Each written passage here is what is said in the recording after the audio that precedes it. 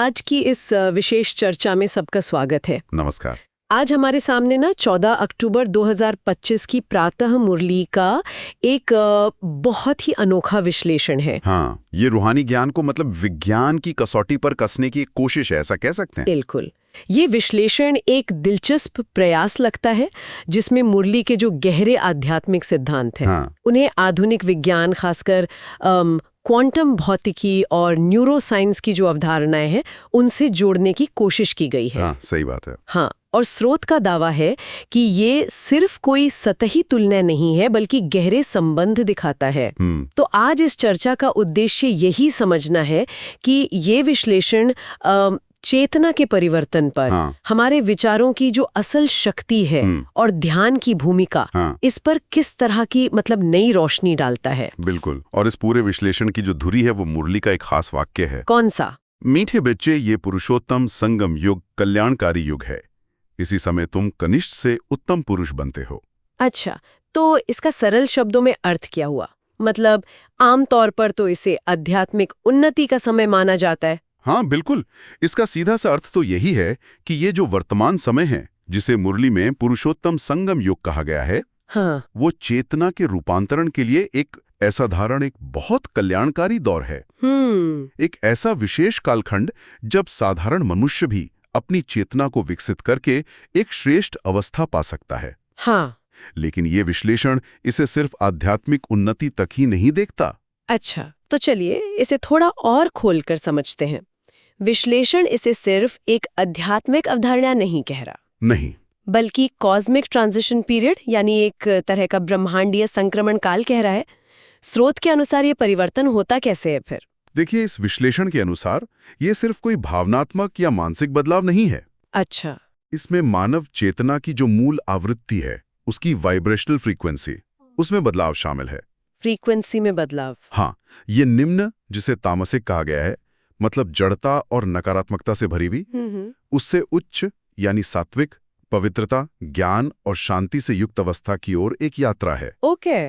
और विश्लेषण कहता है कि ये परिवर्तन तब तेज होता है जब आत्मा यानी हमारी चेतन ऊर्जा, हाँ, परमात्मा, जिसे श्रोत में शिव बाबा या सुप्रीम चेतना कहा गया है, उनसे सीधा संबंध जोड़ती है। और इसका कोई वैज्ञानिक पहलू भी बताया गया है? मतलब क्या ये सिर्फ महसूस करने की बात है या शरीर पर भी इसका कुछ असर होता है? हाँ, यहीं पर एक दिलचस्प बात सामने आती है।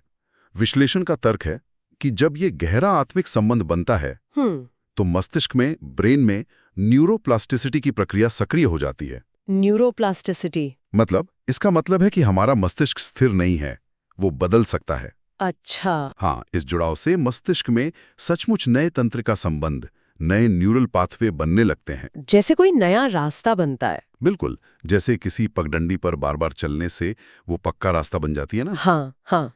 वैसे ही उच्च विचारों और परमात्मा के साथ संबंध से मस्तिष्क में सकारात्मक बदलाव वो स्थायी होने लगते हैं। अच्छा। विश्लेषण के अनुसार यही कनिष्ठ से उत्तम पुरुष बनने की प्रक्रिया का एक संभावित वैज्ञानिक आधार हो सकता है। मतलब आत्मा की फ्रीक्वेंसी का ऊंचा उठना। हाँ, और ऊर्जा का शुद्ध होना, और उसका मस्तिष्क की संरचना पर सीधा सकारात्मक प्रभाव पड़ना। ये तो बहुत गहरी बात है कि हमारी चेतना का स्तर मस्तिष्क की बनावट को भी प्रभावित कर सकता है। बिल्कुल। अच्छा, अब एक और बिंदु पर आते हैं। मुरली में एक आम सोच को रॉन्ग या गलत बताया गया है। हाँ, ये मानना कि ड्रामा कराएगा तो कर लेंगे, मतलब जो किस्मत में लिखा है वो तो होगा ही, हम क्या कर सकते हैं। हाँ, ये निष्क्रियता वाली सोच, ये बहुत आम है। हाँ, तो विश्लेषण इसका वैज्ञानिक कारण क्या बताता है? ये सोच गलत क्यों है? हाँ, विश्लेषण इस पर गहराई से बात करता है। स्रोत का कहना है कि जब कोई व्यक्ति इस तरह सोचता है कि मैं तो कठपुतली हूं, सब कुछ पहले से तय है, तो उसके मस्तिष्क का एक महत्वपूर्ण हिस्सा प्री फ्रंटल कॉर्टेक्स, हाँ, जो निर्णय लेने वाला हिस्सा है, बिल्कुल, जो निर्णय लेने, योजना बनाने और इच्छा शक्ति मतलब विल पावर का केंद्र है, वो कम सक्रिय हो जाता है। अच्छा। हाँ, ये निष्क्रियता मस्तिष्क को एक तरह की पैसिव न्यूरल प्रोग्रामिंग में डाल देती है। Passive neural programming? हाँ, जहां व्यक्ति अपनी कर्ता शक्ति, अपनी क्षमता को महसूस करना बंद कर देता है। वो जीवन की घटनाओं का सिर्फ दर्शक या भुक्तभोगी बनकर रह जाता है, रचयिता नहीं। तो फिर इसका समाधान क्या है? अगर ये सोच गलत है तो सही सोच क्या है और उसका क्या प्रभाव होता है? इसके ठीक विपरीत स्रोत कहता है कि ईश्वरीय ज्ञान या जो रूहानी समझ है, हाँ, वो एक एक्टिव क्रिएटर माइंडसेट यानी सक्रिय निर्माता वाली मानसिकता विकसित करती है। Active creator. हाँ, ये गहरी समझ कि मैं सिर्फ ये शरीर नहीं, मैं एक शक्तिशाली आत्मा हूँ, एक चैतन्य ऊर्जा हूँ। मेरा हर विचार, हर संकल्प सिर्फ एक ख्याल नहीं बल्कि एक ऊर्जा है, एक वाइब्रेशन है जिसका असर पड़ता है। सही बात है। जब व्यक्ति इस कर्तापन के भाव में स्थित होता है तो उसका प्रीफ्रंटल कॉर्टेक्स सक्रिय रहता है। अच्छा। वो परिस्थितियों का दास नहीं बल्कि अपने विचारों और कर्मों से अपनी वास्तविकता का निर्माण करने वाला बनता है। मतलब भाग्यवादी सोच से निकलकर आत्म जिम्मेदारी की ओर एक कदम। बिल्कुल सही। अच्छा, ये पहली समझना वाकई दिलचस्प है कि कैसे हमारी सोच मस्तिष्क की सक्रियता को बदल सकती है। अब मुरली में परमात्मा यानी शिव बाबा को ज्ञान का सागर कहा गया है। हाँ, विश्लेषण इसे वैज्ञानिक दृष्टिकोण से कैसे देखता है? यहाँ विश्लेषण एक बहुत ऊंची उड़ान भरता है। अच्छा। ये परमात्मा या शिव बाबा की तुलना एक अनंत इंटेलिजेंट फील्ड या सुप्रीम क्वांटम सोर्स से करता है। Supreme quantum source. हाँ, जैसे क्वांटम भौतिकी में माना जाता है कि एक अदृश्य अंतर्निहित ऊर्जा और सूचना का क्षेत्र है जो पूरे ब्रह्मांड का आधार है और उसे चला रहा है। उसी तरह ये विश्लेषण शिव बाबा को उस परम चेतन ऊर्जा स्रोत के रूप में देखता है जिससे सब कुछ उत्पन्न होता है और नियंत्रित होता है। मतलब सिर्फ एक व्यक्ति या छवि नहीं, बल्कि एक सर्वव्यापी अनंत बुद्धिमत्ता का क्षेत्र, एक फील्ड ऑफ इंटेलिजेंस। और जब आत्मा यानी हमारी चेतना इस सुप्रीम क्वांटम सोर्स से जुड़ती है तब क्या होता है? देखिए, अगर हम इसे गहराई से देखें तो जब आत्मा ध्यान या याद के द्वारा इस परम स्रोत से अपना कनेक्शन स्थापित करती है, तो विश्लेषण के अनुसार मस्तिष्क की तरंगों ब्रेन वेव्स में स्पष्ट बदलाव आता है। कैसा बदलाव? सामान्य जागृत अवस्था की जो बीटा तरंगे होती हैं, उनसे हटकर मस्तिष्क अल्फा और फिर थीटा तरंगों की फ्रीक्वेंसी में जाने लगता है। अल्फा और थीटा? हाँ, अल्फा तरंगे शांत एकाग्र अवस्था से जुड़ी हैं और थीटा तरंगे गहरे ध्यान, स्वप्न जैसी अवस्था और गहरी अंतर्दृष्टि, डीप इंट्यूशन और हीलिंग से संबंधित हैं। अच्छा। ये ऐसा है मानो हमारी चेतना उस परम बुद्धिमत्ता के साथ सिंक हो रही है, लयबद्ध हो रही है, जिससे शांति और स्पष्टता का अनुभव होता है। बिल्कुल। इसका मतलब राजयोग ध्यान सिर्फ एक मानसिक शांति की तकनीक नहीं है, विश्लेषण में इसे साइको स्पिरिचुअल टेक्नोलॉजी कहा गया है। हाँ, मनो आध्यात्मिक तकनीक। ये तकनीक काम कैसे करती है फिर? बिल्कुल सही समझिए आप। विश्लेषण इसे सिर्फ एक धार्मिक क्रिया या विश्राम की विधि नहीं मानता। अच्छा। ये इसे मन और चेतना को दोबारा प्रोग्राम करने का एक व्यवस्थित तरीका, एक माइंड रीप्रोग्रामिंग सिस्टम कहता है। Mind reprogramming? हाँ, जब आत्मा स्मृति में रहती है, मतलब इस गहरी जागरूकता में कि मैं एक शांत पवित्र आत्मा हूं और परमपिता परमात्मा शिव बाबा मेरे मार्गदर्शक और ऊर्जा के स्रोत हैं, तो मस्तिष्क में सकारात्मक न्यूरोकेमिकल्स का स्राव बढ़ जाता है। जैसे? इनमें डोपामाइन जो प्रेरणा और खुशी से जुड़ा है और सेरोटोनिन जो मूड और शांति को नियंत्रित करता है। ये हैप्पी हार्मोन्स शामिल हैं। अच्छा, और इन रसायनों का सिर्फ अच्छा महसूस कराने के अलावा और क्या प्रभाव होता है? क्या इसका कोई गहरा असर भी है? हाँ, बिल्कुल है। विश्लेषण का कहना है कि ये सिर्फ क्षणिक खुशी नहीं है। ओके। ये न्यूरोकेमिकल्स और ध्यान की अवस्था मिलकर कार्मिक स्मृति की सफाई, मतलब कार्मिक मेमोरी क्लिनजिंग में मदद करते हैं। कार्मिक मेमोरी क्लिनजिंग मतलब यानी हमारे अवचेतन मन में जमा पिछले जन्मों के या इस जन्म के जो नकारात्मक अनुभव हैं, दुखद स्मृतियां हैं, गलत संस्कार हैं, हाँ, उनके प्रभाव को धीरे धीरे कम करते हैं। अच्छा। इससे भावनात्मक स्थिरता आती है, मन शांत होता है और इसका परिणाम क्या? आत्मा की जो मूल वाइब्रेशनल फ्रीक्वेंसी है, उसकी ऊर्जा का स्तर वो बढ़ने लगता है। पुराने नकारात्मक कार्मिक ऊर्जा पैटर्न मानो रीसेट होने लगते हैं। जैसे किसी कंप्यूटर को रीबूट करते हैं। हाँ, कुछ वैसा ही समझ लीजिए। मुरली में अक्सर याद की यात्रा से कर्मातीत अवस्था पाने की बात आती है। हाँ, आती है। विश्लेषण का इस पर क्या वैज्ञानिक दृष्टिकोण है? ये कर्मातीत अवस्था आखिर है क्या? देखिए, यहाँ ये बात समझने लायक है। विश्लेषण के अनुसार कर्मातीत अवस्था कोई रहस्यमयी चीज नहीं है। तो क्या है? ये चेतना की एक बहुत उन्नत और शुद्ध स्थिति है।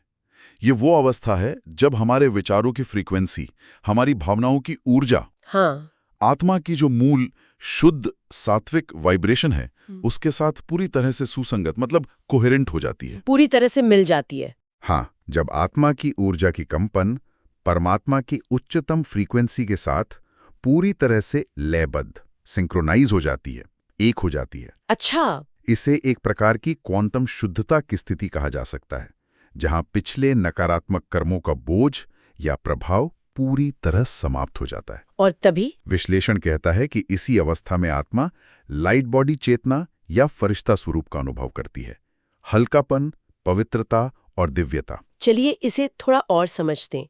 मुरली ये भी कहती है कि सत्यबाब द्वारा राइट रॉन्ग की जो समझ मिली है उससे राइचियस बनना है। हाँ, यानी सही और गलत की गहरी समझ से श्रेष्ठ आचरण वाला बनना।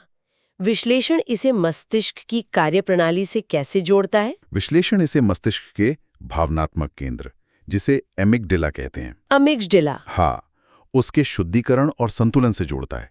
एमिगडाला हमारी भय, क्रोध और दूसरी तीव्र भावनाओं की जो प्रतिक्रियाएं होती हैं, उनको नियंत्रित करता है। अच्छा। जब ध्यान और ज्ञान के अभ्यास से एमिगडाला शांत और संतुलित होता है, भावनाओं का वो जो अंधाधुंध आवेग है, वो कम होता है।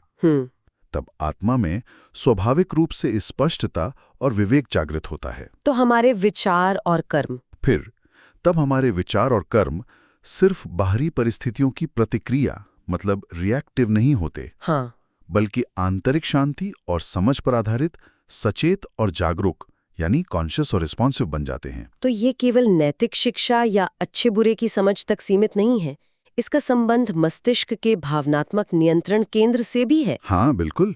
विश्लेषण इसे दिव्य तर्क संगतता, डिवाइन रैशनैलिटी का नाम देता है। Divine rationality. हाँ, ये भावनाओं में बहने वाली तर्क वितर्क की क्षमता नहीं, बल्कि आत्मा की सच्चाई, शांति और परमात्मा से मिले सत्य ज्ञान पर आधारित तर्क करने की क्षमता है। अच्छा। ये भावनात्मक उतार चढ़ाव से परे जाकर सही और गलत को आत्मा के स्तर पर यूनिवर्सल प्रिंसिपल्स के आधार पर समझने और उसके अनुसार निर्णय लेने की क्षमता है। ये आत्म अभिमानी यानी आत्मा की स्थिति में स्थित होकर किया गया तर्क है। अब मुरली के वरदान की बात करते हैं। उसमें कहा गया है, स्नेह की लेन देन द्वारा सर्व को सहयोगी बनाओ। हाँ, ये वरदान भी बहुत गहरा है। विश्लेषण इसे हार्ट कोहेरेंस प्रिंसिपल यानी हृदय की सुसंगतता का सिद्धांत कहता है। इसका क्या मतलब है? ये सुनने में थोड़ा तकनीकी लगता है। हाँ, शब्द थोड़ा तकनीकी है पर सिद्धांत बहुत सुंदर और गहरा है, और अब विज्ञान भी इसे समझने लगा है। कैसे? हमारा हृदय सिर्फ खून पंप करने वाली मशीन नहीं है। नहीं, ये एक अत्यंत शक्तिशाली विद्युत चुंबकीय क्षेत्र इलेक्ट्रोमैग्नेटिक फील्ड उत्पन्न करता है, जो हमारे शरीर के आसपास कई फील्ड तक फैला होता है। अच्छा। हाँ, विश्लेषण कहता है कि जब हम सच्चे दिल से बिना किसी स्वार्थ के प्रेम, स्नेह या शुभकामना की वाइब्रेशन किसी को भेजते हैं, तो हमारे हृदय की धड़कन का पैटर्न अनियमित से बदलकर नियमित, स्थिर और सुसंगत मतलब कोहेरेंट हो जाता है। दिल की धड़कन का पैटर्न बदलता है? हाँ, हमारा हार्ट फील्ड शक्तिशाली और संतुलित हो जाता है। और इसका दूसरों पे क्या असर होता है? क्या ये सिर्फ हमारे अंदर होता है? नहीं, यही तो बात है। अगर हम इसे व्यापक दृष्टिकोण से देखें तो ये सिर्फ हमारे अंदर तक सीमित नहीं रहता। तो जब हमारा हार्ट फील्ड सुसंगत और शक्तिशाली होता है तो ये आसपास के लोगों के हार्ट फील्ड को भी प्रभावित कर सकता है। अच्छा, कैसे? जैसे एक संगीत वाद्यंत्र की ध्वनि दूसरे को कंपित कर सकती है, वाइब्रेट कर सकती है। हाँ। वैसे ही हमारे हृदय की सकारात्मक ऊर्जा दूसरों के हृदय की ऊर्जा को भी प्रभावित करके उनमें शांति और सहयोग की भावना जगा सकती है। इसी को हार्ट कोहेरेंस कहते हैं। बिल्कुल, यही कारण है कि विश्लेषण कहता है कि स्नेह और सहयोग सिर्फ नैतिक गुण नहीं है, बल्कि वे ऊर्जा के स्तर पर काम करते हैं। वे एक सामंजस्यपूर्ण हार्मोनियस ऊर्जा क्षेत्र बनाते हैं, जिससे आपसी समझ बढ़ती है और सफलता की संभावना भी बढ़ जाती है। ये एक तरह की बायो इलेक्ट्रिकल हार्मोनी हुई। हाँ, कह सकते हैं, जैव विद्युत सामंजस्य। लेकिन कुछ सुनने वाले शायद सोचें कि क्या ये सब सिद्धांत सुनने में तो अच्छा लगता है, पर इसे रोजमर्रा की जिंदगी में उतारा कैसे जाए? हाँ, ये सवाल बिल्कुल जायज है। क्या विश्लेषण में कुछ व्यवहारिक तरीके भी बताए गए हैं? हाँ, बिल्कुल। विश्लेषण सिर्फ सिद्धांत बताकर नहीं रुकता। अच्छा। बल्कि इन विचारों को जीवन में लाने के लिए कुछ दैनिक अभ्यास और वैज्ञानिक पुष्टि वाक्यों मतलब अफर्मेशंस का भी सुझाव देता है। ठीक है। ये तरीके इन गहरी बातों को अनुभव में लाने में मदद करते हैं। अच्छा, जरा संक्षेप में उनके बारे में बताएं। कुछ प्रमुख अभ्यास इस प्रकार हैं, जैसे हाँ, सुबह उठकर कुछ मिनट अल्फा मेडिटेशन करना, मतलब शांत होकर बैठना और इस स्मृति को जगाना कि मैं एक शक्तिशाली शांत आत्मा हूँ, परमात्मा शिव बाबा की संतान हूँ। मैं अपने श्रेष्ठ स्वरूप पुरुषोत्तम रूप में स्थित हो रहा हूँ। और दिन भर बीच बीच में ये जागरूकता रखना कि मैं इस दुनिया के नाटक का एक एक्टर जरूर हूँ, लेकिन मैं अपने विचारों, भावनाओं और कर्मों का रचयिता भी हूँ। मैं निष्क्रिय नहीं, सक्रिय हूँ। ये एक्टिव क्रिएटर वाली बात। हाँ, बिल्कुल। फिर जानबूझकर संकल्प द्वारा सभी आत्माओं के प्रति, चाहे वे परिचित हों या अपरिचित, शुद्ध, स्नेहपूर्ण और सकारात्मक वाइब्रेशन भेजना। अच्छा। इसे प्रेम की फ्रीक्वेंसी को बढ़ाने का अभ्यास कहा गया है। और रात को सोने से पहले? हाँ, रात को सोने से पहले कुछ मिनट निकालकर जर्नलिंग करना, मतलब लिखना कि आज दिन भर में कौन से विचार या भावनाएं निम्न वाइब्रेशन वाली थीं। जैसे गुस्सा, डर। हाँ, क्रोध, भय, चिंता, और कौन सी दिव्य या उच्च वाइब्रेशन वाली थीं, शांति, प्रेम, खुशी। इससे आत्मनिरीक्षण बढ़ता है। और वो सकारात्मक पुष्टि वाक्य या एफर्मेशंस, उनका क्या महत्व है? देखिए, पुष्टि वाक्य या संकल्प जब उन्हें भावना और विश्वास के साथ दोहराया जाता है, हाँ, तो वे हमारे मस्तिष्क में नए सकारात्मक न्यूरल पाथवे को मजबूत करने में मदद करते हैं, पुरानी नकारात्मक प्रोग्रामिंग को बदलने का काम करते हैं। अच्छा। विश्लेषण में कुछ उदाहरण दिए गए हैं। हाँ, कुछ उदाहरण है जैसे? बताइए। मैं एक दिव्यात्मा हूँ, अपनी ऊर्जा की फ्रीक्वेंसी को निरंतर पुरुषोत्तम स्तर तक बढ़ा रहा हूँ।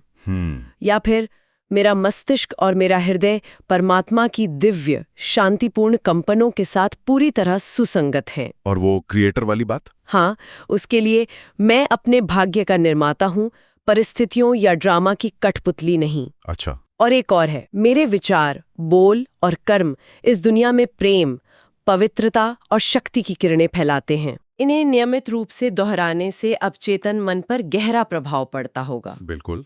तो इस सारी चर्चा का सार क्या निकलता है? अगर हमें इस मुरली विश्लेषण से कुछ मुख्य बातें निकालनी हो तो वो क्या होंगी? मेरे विचार में कुछ मुख्य निष्कर्ष ये हैं। हाँ। पहला और सबसे महत्वपूर्ण कि ये समय पुरुषोत्तम संगम योग सिर्फ एक धार्मिक मान्यता नहीं है, बल्कि चेतना के क्वांटम लीप, एक बड़े परिवर्तन का वास्तविक असाधारण अवसर है। ठीक है। दूसरा, निष्क्रियता वाली सोच कि जो होगा देखा जाएगा, वो हमारी क्षमता को सीमित करती है। हाँ। इसके बजाय सक्रिय निर्माता, मैं रचयिता हूं वाली मानसिकता अपनाने का महत्व है, क्योंकि हमारे विचार सचमुच हमारी वास्तविकता को आकार देते हैं। इसका वैज्ञानिक आधार भी है। तीसरा, राजयोग ध्यान केवल मन को शांत करने की विधि नहीं है, बल्कि ये एक शक्तिशाली मनोआध्यात्मिक तकनीक है जो मस्तिष्क के रसायन, ऊर्जा के स्तर और यहाँ तक कि कार्मिक पैटर्न पर भी सकारात्मक प्रभाव डालती है। अच्छा। चौथा, प्रेम, स्नेह और सहयोग सिर्फ अच्छी भावनाएं नहीं हैं, इनका एक वैज्ञानिक आधार भी है, वो हार्ट कोहेरेंस वाली बात। हाँ। ये ऊर्जा के स्तर पर काम करके आपसी संबंधों और सफलता को बढ़ावा देते हैं। और पांचवां, सत्य ज्ञान से प्राप्त सही गलत की समझ हमें भावनात्मक प्रतिक्रियाओं से ऊपर उठाकर दिव्य तर्क संगतता विकसित करने में मदद करती है, जिससे हम जागरूक और विवेकपूर्ण निर्णय ले पाते हैं। बिल्कुल। यह सचमुच सोचने पर मजबूर करता है कि कैसे आध्यात्मिकता और विज्ञान एक ही सत्य के दो पहलू हो सकते हैं। हाँ, देखा जाए तो। और अंत में, जैसा कि हम हमेशा करते हैं, सुनने वालों के लिए एक विचारोत्तेजक प्रश्न छोड़ते हैं जो इस विश्लेषण से ही उभरता है। हाँ, यहाँ एक महत्वपूर्ण प्रश्न उठता है। ये विश्लेषण इस बात पर बहुत जोर देता है कि हमारा हर विचार एक कर्म है, एक एक्शन है। हाँ। और हम इस जीवन नाटक के सिर्फ पात्र नहीं, बल्कि सह-रचयिता हैं। सही। तो सोचने वाली बात यह है कि अगर हम सचमुच इस एक्टिव क्रिएटर या सक्रिय निर्माता वाली मानसिकता को पूरी तरह से अपना लें, हाँ, तो हमारे रोजमर्रा के जीवन के अनुभवों, चुनौतियों और सफलताओं के प्रति हमारा नजरिया और हमारी प्रतिक्रिया कैसे बदल सकती है। और क्या ये हमें परिस्थितियों या भाग्य पर निर्भरता की जो गहरी बैठी हुई भावना है, उसे मुक्त करने में मदद कर सकता है? एक गहरा सवाल जिस पर वाकई मनन किया जा सकता है।